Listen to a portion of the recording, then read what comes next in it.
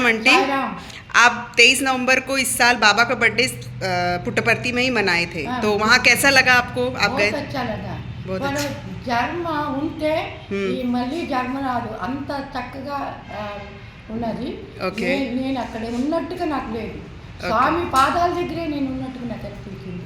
అది కానీ ఒక కాలు నొప్పి కానీ తలనొప్పి కానీ ఏమి అంటే ఏమి లేదు. అంత దూరం నడిచినా కానీ నాకేమీ అనిపించలేదు. స్వామి నాకు తీసుకున్నట్టుగా అయింది. స్వామి అనిపించారు. నేను ఇప్పుడు 16 సంవత్సరాలు పుట్టపర్తి వెళ్తున్నాను.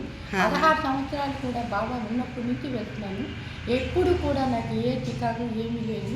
నాకు ఒంట్లో బాగాలేకపోయినప్పుడు బాబానే నన్ను కాపాడేది. పెద్ద ఆపరేషన్ అయినప్పుడు బాబానే నాకు ఆపరేషన్ సక్సెస్ చేసేది.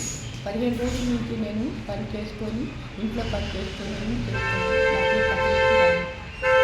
అలాగే ఇప్పుడు నేను చాలా సంవత్సరాలే బాబా గారిని నమ్ముకొని ఉన్నాను. బాబా గారిని నాకు అనిపిస్తున్నారు. మా మనవరాలు కూడా సీట్ కూడా బాబా అక్కడ పుట్టపర్తిలోని సీట్ వచ్చింది. ఇప్పుడు 3వ క్లాస్లో జాయిన్ చేసాము. 3వ క్లాస్ నుంచి ఇప్పుడు 6వ క్లాస్ వరకు ఉంది. ఇప్పుడు మొన్న బాబా గారి దీనికేమో భరతనాట్యం చేసింది మా మనవరాలు.